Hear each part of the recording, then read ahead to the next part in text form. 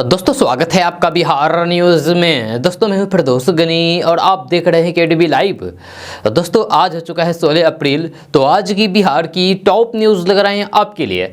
तो चलिए दोस्तों स्टार्ट करते हैं आज की पूरे बिहार की टॉप न्यूज़। दोस्तों आज बिहार न्यूज़ में सबसे पहले बात करते हैं कि बिहार में सड़क निर्माण और उसको दुरुस्त करने पर काफ़ी ध्यान दिया जा रहा है। भविष्य में बिहार से होकर के कई एक्सप्रेसवे गुजरेगी। यह बिहार में नई सड़कों के निर्माण पर भी विशेष ध्यान दिया जा रहा है। इन सड़क परियोजनाओं पर हजारों करोड़ रुपए की लागत आएगी। इन सब के बीच बिहार की 9 सड़कें दुरुस्त करने के साथ ही उनका चौड़ीकरण भी किया जाएगा। इसमें से कुछ अतिरिक्त विस्तार भी किया जाएगा। बिहार सरकार इन परियोजनाओं पर 12,000 करोड़ रुपए खर्च करेगी। बिहार के पथ निर्माण मंत्री नितिन नवीन ने इसकी जानकारी दी है। उसके अनुसार 30 जून 2022 तक निविदा आमंत्रित करके इन परियोजनाओं के काम को आवंटित भी कर दिया जाएगा ताकि जल्द से जल्द काम शुरू हो सके। दोस्तों अब बात करते हैं कि आंध्र प्रदेश के केमिकल फैक्ट्री हादसे में मारे गए मजदूरों के परिवार वालों को 25-25 लाख का मुआवजा देने का ऐलान आंध्र प्रदेश की सरकार ने किया है। आपको बता दूं कि आंध्र प्रदेश के बीएलरू में स्थित एक केमिकल फैक्ट्री में आग लगने से 6 मजदूरों की मौत हो गई थी। मारे गए मजदूरों में से 4 मजदूर बिहार के नालंदा जिले के रहने वाले थे। बताया जाता है कि फैक्ट्री में धमाके के बाद आग लग गई थी। फैक्ट्री में धमाके के साथ आग लगने से 6 मजदूर की मौत हो गई थी। इस हादसे में 13 अन्य लोग भी घायल हो गए हैं। घायलों में से कुछ की हालत गंभीर बताई जा रही है। इस बीच आंध्र प्रदेश सरकार ने हादसे को देखते हुए बड़ी घोषणा की है। आंध्र प्रदेश सरकार ने इस हादसे में मारे गए मजदूरों के परिवार वालों को 25-25 लाख रुपए का मुआवजा देने का ऐलान किया है। इसके अलावा फैक्ट्री में आग लगने की घटना में गंभीर रूप से घायल हुए लोगों को 5-5 लाख और मामूली तौर पर घायल मजदूरों को 2-2 लाख रुपए का मुआवजा देने का ऐलान किया है। आपको बता दो कि इससे पहले हैदराबाद की एक फैक्ट्री में आग लग गई थी जिसमें बिहार के ही 11 मजदूरों की मौत हो गई थी। दोस्तों बात करते हैं कि बिहार में रहने वाले लोगों के लिए राजधानी पटना से बड़ी खबर सामने आ रही है। ताजा रिपोर्ट के मुताबिक नीतीश सरकार ने बिहार के 22 प्रखंडों में नए बीडीओ की तैनाती की है। इसको लेकर के सरकार के द्वारा अधिसूचना भी जारी कर दिया गया है। खबर के अनुसार बिहार सरकार के ग्रामीण विकास विभाग ने ग्रामीण विकास सेवा के 22 अधिकारियों को ग्रामीण विकास पदाधिकारी और प्रभारी प्रखंड विकास पदाधिकारी की जिम्मेदारी दी है। इसको लेकर के दिशा निर्देश भी जारी कर दिया गया है। दोस्तों बात करते हैं कि बिहार के स्कूल से लेकर के कॉलेज तक में अब पराली प्रबंधन की पढ़ाई होगी। जब छोटे बच्चों को पराली के बारे में जानकारी दी जाएगी तो बड़ों को उसके प्रबंधन और जलाने से होने वाले नुकसान के बारे में बताया जाएगा। विकास आयुक्त की अध्यक्षता में अंतर विभागीय समूह की बैठक में सरकार ने यह फैसला किया है। अब बच्चों को पढ़ाने के लिए पाठ्यक्रम तैयार करने की जिम्मेदारी शिक्षा विभाग और बिहार के दोनों कृषि विश्वविद्यालय को दी गई है। पाठ तैयार होने के बाद इसे बच्चों के सिलेबस में जोड़ा जाएगा। पराली प्रबंधन में आम जन को भी शामिल करने के लिए जिसे सरकार ने इसकी पढ़ाई शुरू करने का फैसला किया है। प्राथमिक, माध्यमिक और उच्च माध्यमिक में पराली प्रबंधन की पढ़ाई होगी। बिहार कृषि विश्वविद्यालय सबौर और राजेंद्र केंद्र कृषि विश्वविद्यालय पूसा को सामग्री पाठ्य सामग्री तैयार करने की जिम्मेदारी दी गई है। प्राथमिक स्कूलों में बच्चों को बताया जाएगा कि पराली क्या है। माध्यमिक के छात्रों के सिलेबस में पराली के ठंडल की जानकारी दी जाएगी। कॉलेज स्तर पर छात्रों को यह जानकारी दी जाएगी कि पराली खेतों में जलाने से क्या नुकसान होता है। इसी के साथ उन्हें पराली से कंपोस्ट बनाने की तकनीक की जानकारी दी जाएगी। दोस्तों बात करते हैं कि बिहार के मुजफ्फरपुर सहित 12 जिलों में हर साल कहर ढाने वाली बीमारी एक्यूट इंसेफ्लाइटिस सिंड्रोम या फिर चमकी बुखार की बीमारी ने गर्मी बढ़ने के साथ दस्तक दे दी है। इसे निपटने की तैयारी में स्वास्थ्य विभाग जुट गया है। बीमारी के केंद्र मुजफ्फरपुर में तैयारियों को नाकाफी पाकर के वहां के civil surgeon doctor Virendra Kumar को निलंबित भी किया गया है। स्वास्थ्य मंत्री मंगल पांडे ने बताया है कि सरकार इस बीमारी से निपटने के लिए हर संभव कदम उठा रही है।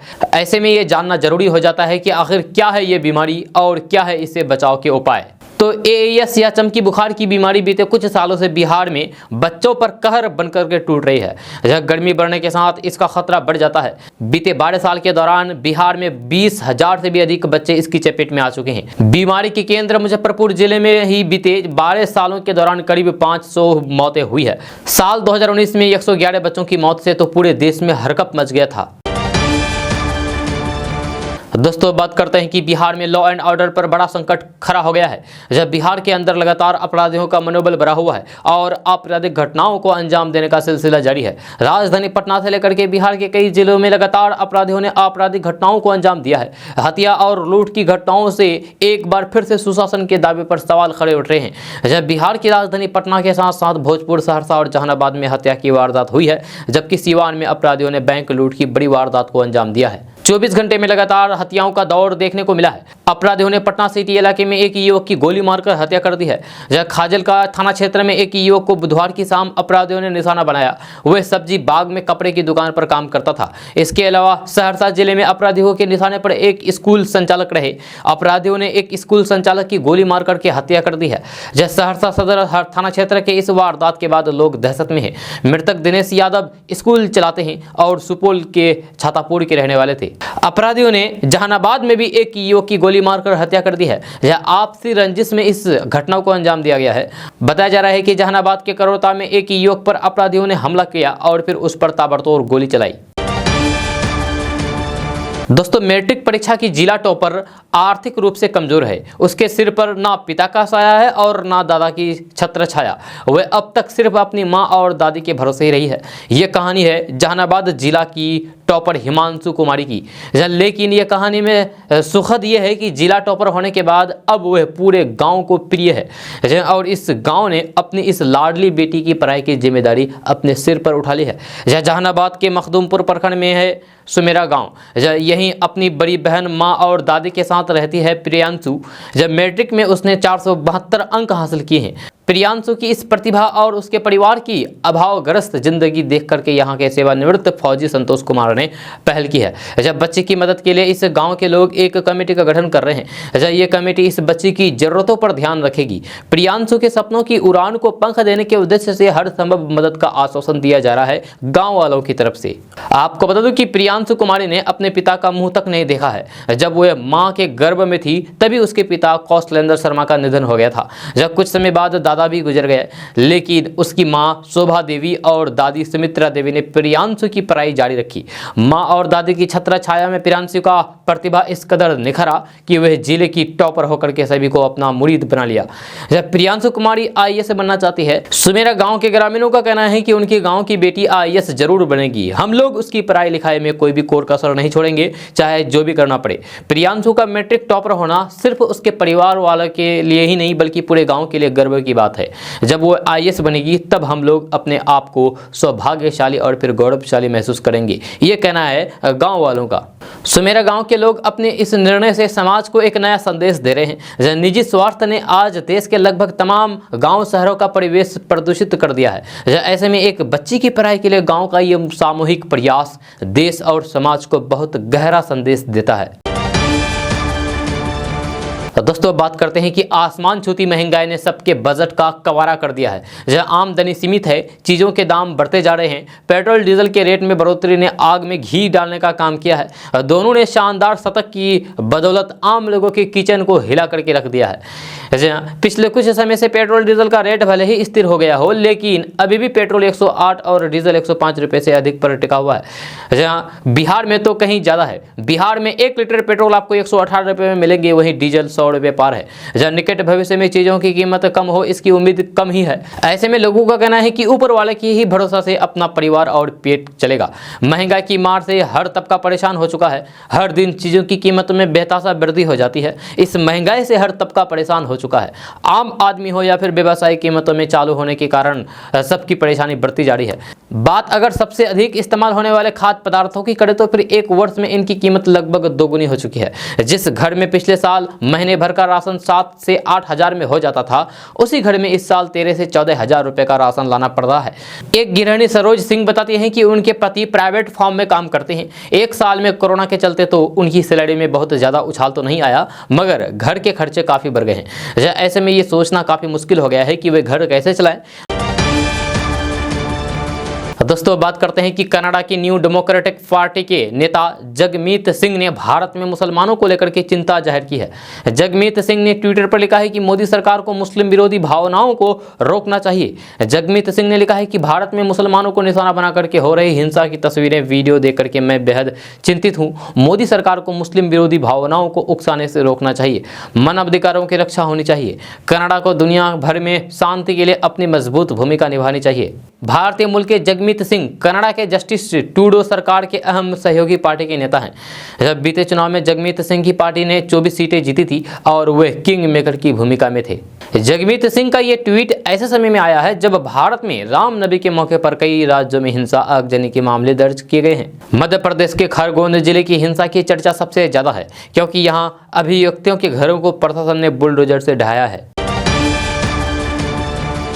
दोस्तों बात करते हैं कि एक तरफ देश में अजान के दौरान बजने वाले लाउड स्पीकर को लेकर के विवाद जारी है। महाराष्ट्र से लेकर के कर्नाटक तक इस मुद्दे पर सियासत गरमाई हुई है। वहीं उत्तर प्रदेश में एक ऐसी तस्वीर सामने आई है जहां अजान के आवाज सुनते ही योगी सरकार के उप मुख्यमंत्री ब्रजेश पाठक ने अपना भाषण बीच में ही रोक दिया। इसके बाद ब्रजेश पाठक की सोशल मीडिया पर सराहना हो रही है और ये वीडियो खूब शेयर किए जा रहे हैं। उत्तर प्रदेश के उप मुख्यमंत्री ब्रजेश पाठक ने बुधवार को लखनऊ में एक कार्यक्रम के दौरान पास की एक मस्जिद से अजान की आवाज सुनकर के अपना भाषण रोक दिया। ब्रजेश पाठक इंदिरा नगर में बाबा साहेब भीमराव अंबेडकर की जयंती की पूर्व संध्या पर एक कार्यक्रम को संबोधित कर रहे थे जब तभी उन्होंने अजान की आवाज सुनी। मुसलमानों की धार्मिक भावनाओं का सम्मान करते हुए मंच पर मौजूद मंत्री ने अपना भाषण बीच में ही रोक दिया। यही नहीं, पूरी अजान खत्म होने के बाद ही उप मुख्यमंत्री ने अपने संबोधन को आगे बढ़ाया। इसके बाद योगी सरकार के डिप्टी सीएम की सोशल मीडिया पर काफी सराहना हो रही है, तारीफें हो रही है। आपको बता दूं कि ये रमजान का पवित्र महीना चल रहा है जो 2 अप्रैल से 2 मई तक चलेगा। ये वीडियो अजान के दौरान मस्जिदों में लाउड स्पीकर पर प्रतिबंध लगाने की मांग के बीच सामने आया है। दोस्तों बात करते हैं कि बिहार की राजधानी पटना के मनेर में गुरुवार को गौरिया स्थान और दोस्त नगर के पास सतुआनी पर गंगा नदी में नहाने के बीच मोबाइल से सेल्फी लेने के दौरान 5 लोग डूब गए जबकि 3 लोग गंगा नदी में डूबकर लापता हो गए, यानी कि उन तीनों की मौत हो गई। यह घटना के बाद परिवार वालों के बीच कोहराम मचा हुआ है। बताया जाता है कि बिहेटा थाना क्षेत्र के रामपुर इस्माइल बहपुरा गाँव निवासी उजागीर प्रसाद का 18 वर्षीय बेटे अंकुल कुमार, राजू साव का 20 वर्षीय बेटा आदित्य राज उर्फ गोलू गुड्डू कुमार और मुन्ना कुमार अपने 10 दोस्तों के साथ गंगा नदी पर नहाने के लिए गया था। इस बीच उनके 6 दोस्त नहा करके नदी से बाहर आ गए जबकि अंकुल, आदित्य, गुड्डू और मुन्ना नहाने के बीच अपने मोबाइल से सेल्फी लेने के चक्कर में गंगा नदी की तेज धारा में डूबने लगे। इस बीच गंगा नदी से गुजर रहे नाव और नाविकों के प्रयास से गुड्डू और मुन्ना को किसी तरीके से तो बचा लिया गया, लेकिन तब तक आदित्य और अंकुश गंगा नदी की तेज धारा में डूब करके लापता हो गए। स्थानीय लोगों ने लापता युवकों को खोजबीन करने का प्रयास किया लेकिन देर शाम तक दोनों युवकों का कहीं भी अता पता नहीं चल पाया, यानी कि उन तीनों युवकों की मौत हो चुकी थी। दोस्तों बात करते हैं कि बिहार के अररिया में कुछ दिन पहले एक मासूम बच्चे की मौत हो गई थी जब मासूम का शव 3 दिन पहले कब्र में दफना दिया गया था, लेकिन मृतक की मां को बेटी की हत्या किए जाने का शक था। जब मृतका की मां ने पति पर बेटी की हत्या का आरोप लगाते हुए प्रशासन और पुलिस से न्याय की गुहार लगाई।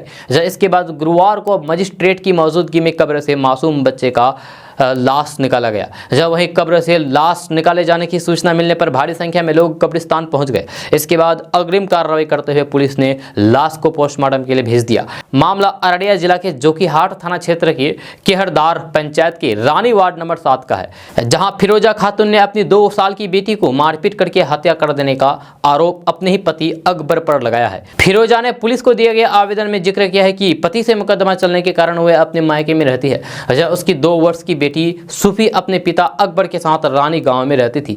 जब फिरोजा खातून ने बताया है कि पिछले मंगलवार को उसे सूचना मिली थी कि उसकी बेटी सूफी की मौत हो गई और फिर उसको कब्रिस्तान में दफना दिया गया।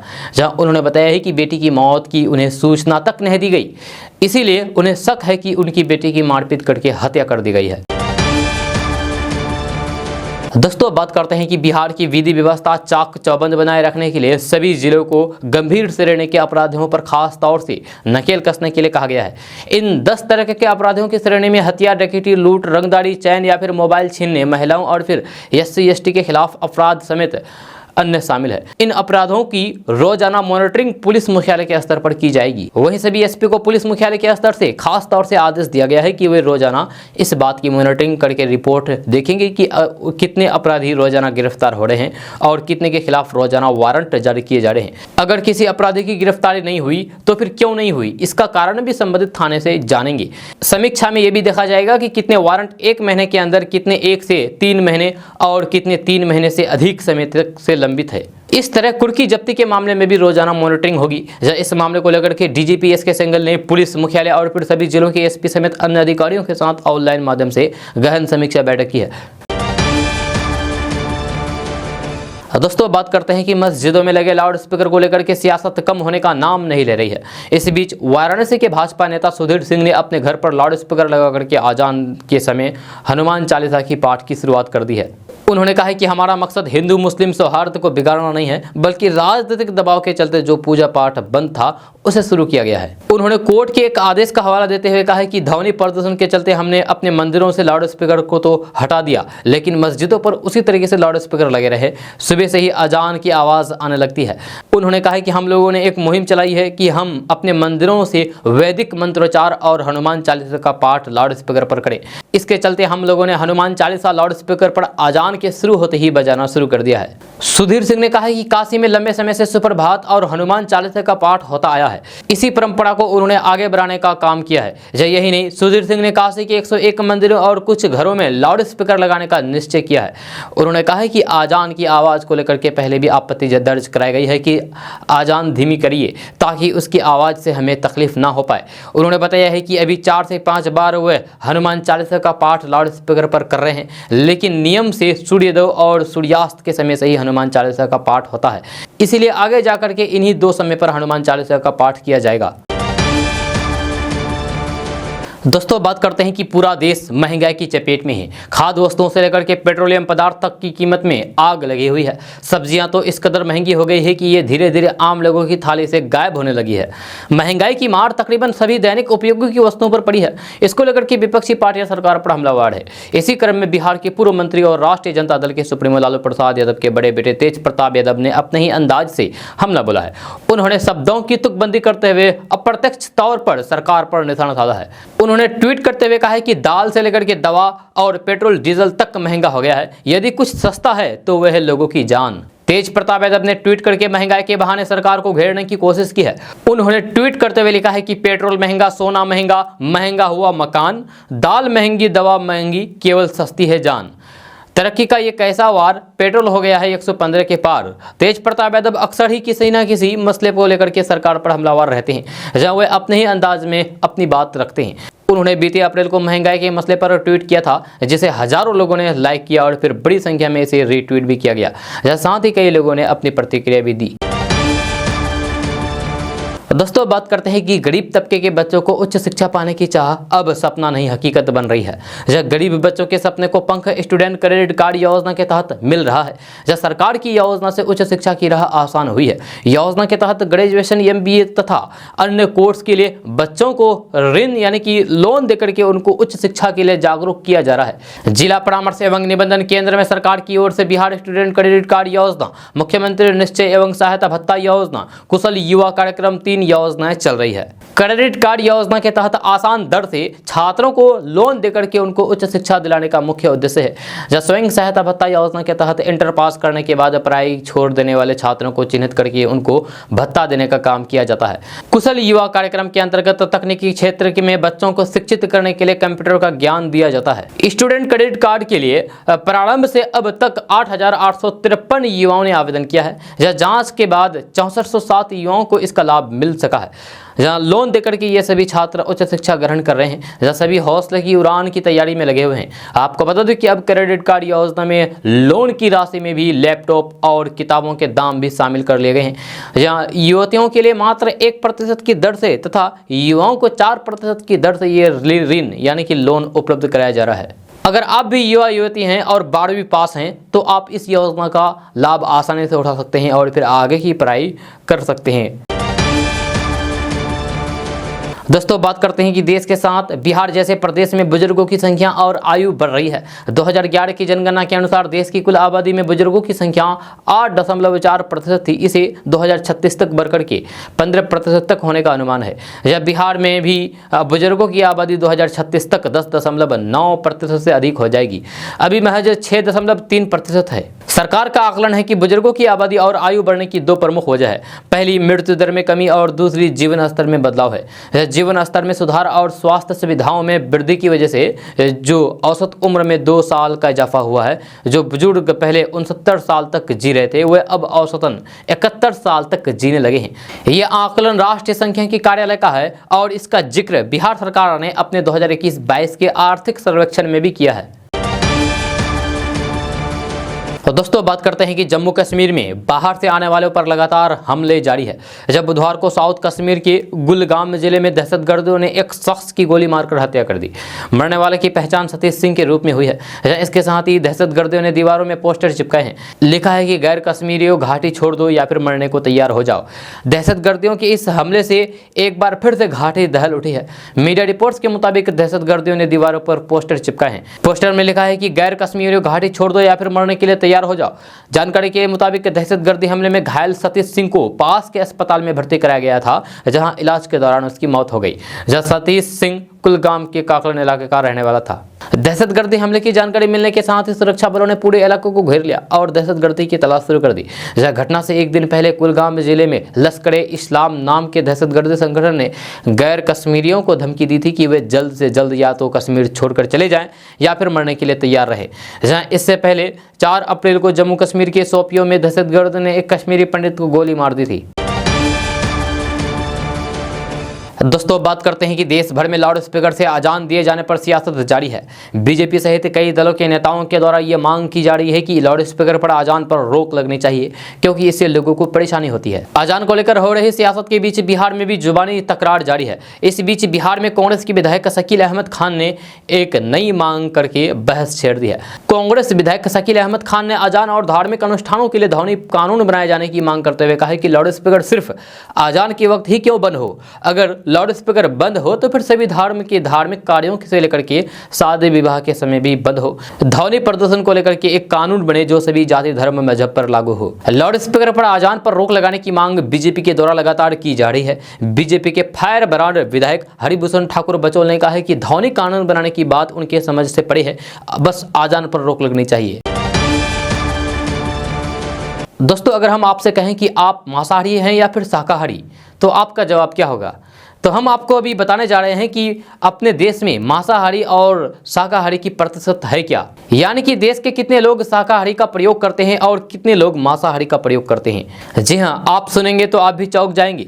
भारत में मांसाहारी और शाकाहारी लोगों को लेकर के बहस चलती रहती है। जब पिछले दिनों नवरात्र में नॉन वेज का सेवन करने को लेकर के काफ़ी ज़्यादा बवाल हुआ था और कुछ संगठनों का कहना था कि इस दौरान मांस की बिक्री और उसके सेवन पर रोक लगाई जानी चाहिए। साथ ही कुछ खास समुदायों पर नॉन वेज को लेकर के आरोप भी लगाए गए।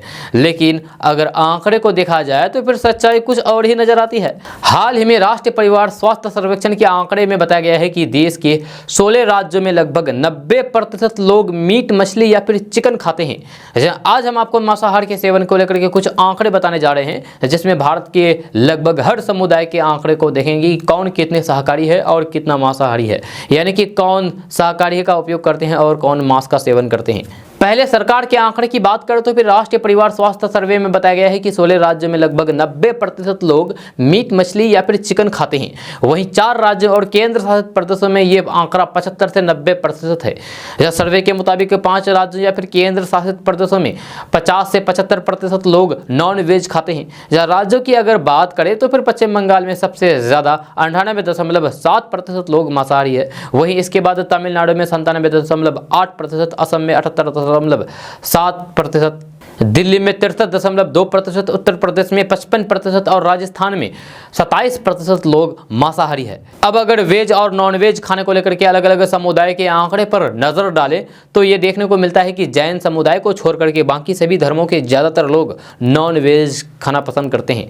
जब प्यू रिसर्च इंस्टीट्यूट ने इसे लेकर के एक सर्वे किया था, जिसमें बताया गया है कि किस धर्म के लोग कितना नॉन वेज खाते हैं। इस सर्वे के नतीजे में बताया गया था कि करीब 92% जैन समुदाय के लोगों जिन्होंने ये माना है कि वे नॉनवेज नहीं खाते हैं और पूरी तरीके से वेजिटेरियन हैं, जब वहीं सिर्फ 8% मुस्लिम ऐसे थे जिन्होंने कहा कि वे नॉनवेज नहीं खाते हैं। क्रिश्चियन समुदाय की बात करें तो इस कम्युनिटी के 10% लोग ही वेजिटेरियन हैं। जब सर्वे के मुताबिक हिंदू समुदाय में शामिल अलग अलग जातियों के लोगों में 44% लोग शाकाहारी है और बाकी के 56% नॉन वेजिटेरियन के कैटेगरी में आते हैं। दोस्तों बात करते हैं कि आरएसएस प्रमुख मोहन भागवत ने कहा है कि 15 सालों में भारत एक अखंड राष्ट्र बनेगा। जहां उत्तराखंड के हरिद्वार में मोहन भागवत ने कहा है कि सनातन धर्म ही हिंदू राष्ट्र है। 15 सालों में भारत फिर से अखंड भारत बनेगा और ये सब हम अपनी आंखों से देखेंगे। मोहन भागवत के बयान पर शिवसेना के संजय राउत ने पलटवार किया है। संजय राउत ने कहा है कि आरएसएस चीफ मोहन भागवत ने कहा है कि 15 साल में भारत फिर से अखंड राष्ट्र बनेगा।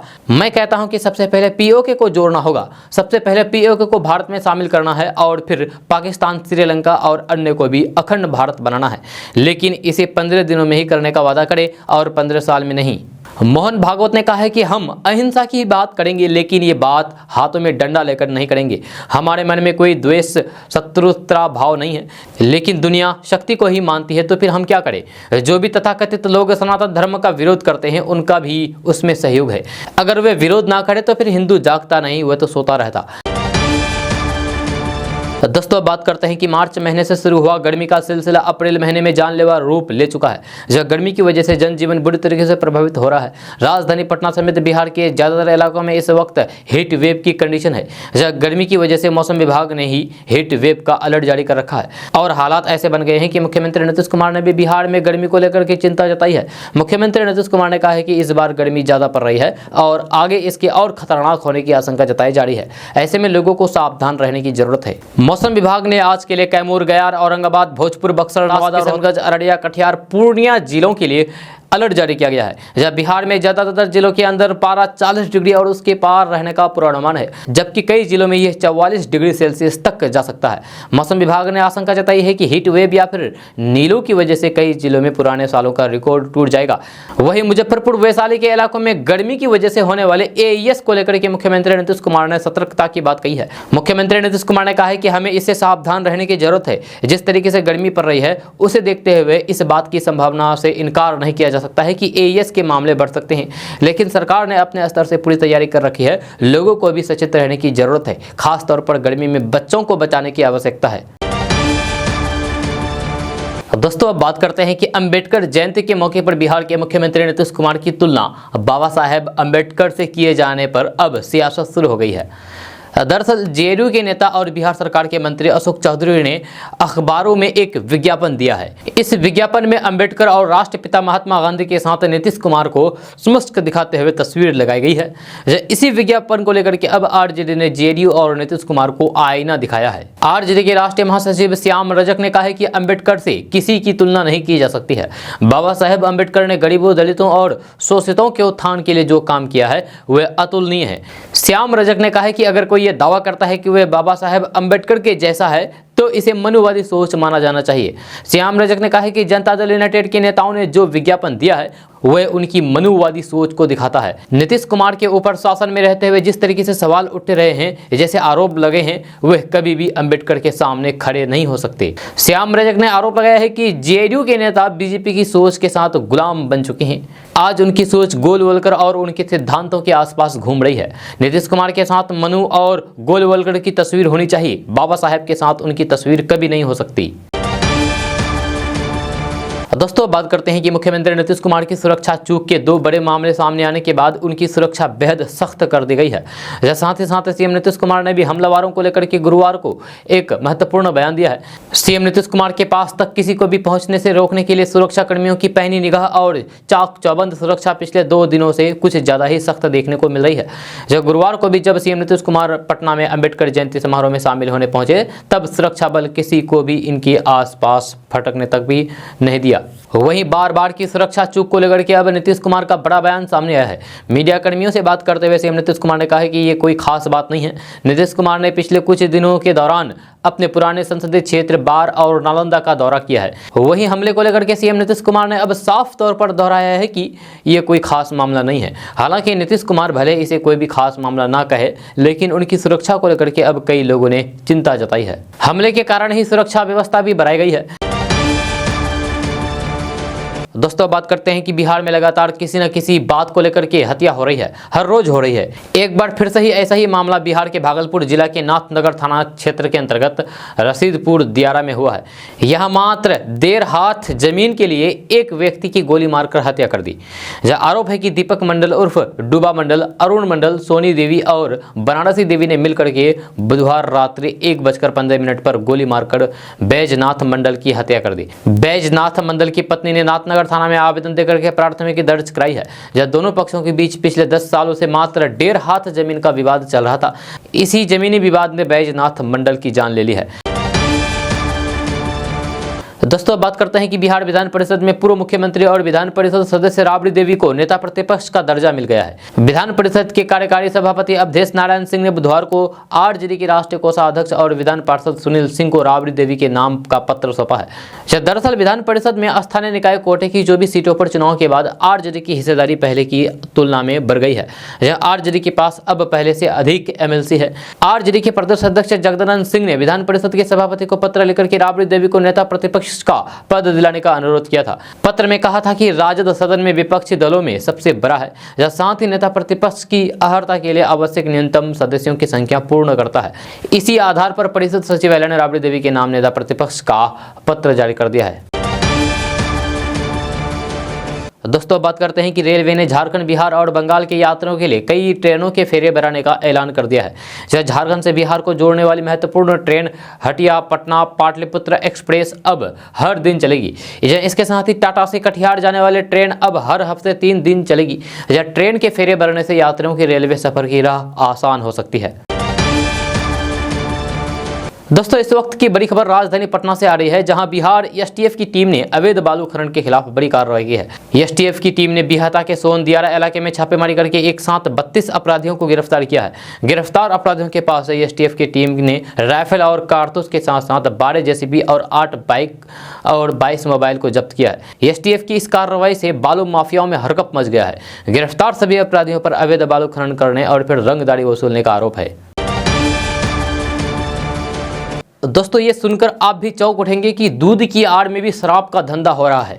जब बिल्कुल सही सुना आपने, पुलिस को चकमा देने के लिए धंधेबाज ने दूध के खाली केन का सहारा लिया है और उसको पिकअप पर लाद करके ठिकाने तक पहुंचाने की फिराक में थे। लेकिन इससे पहले उनका खेल बिगड़ गया। जब पुलिस को देख करके ड्राइवर ने गाड़ी छोड़ दी और फिर भाग खड़ा हुआ। जब पुलिस ने गाड़ी चेक की तो फिर उसके होश उड़ गए। जब बिहार के समस्तीपुर शहर के मोहनपुर चौक पर पुलिस ने इस गाड़ी को गुप्त सूचना के आधार पर पकड़ा।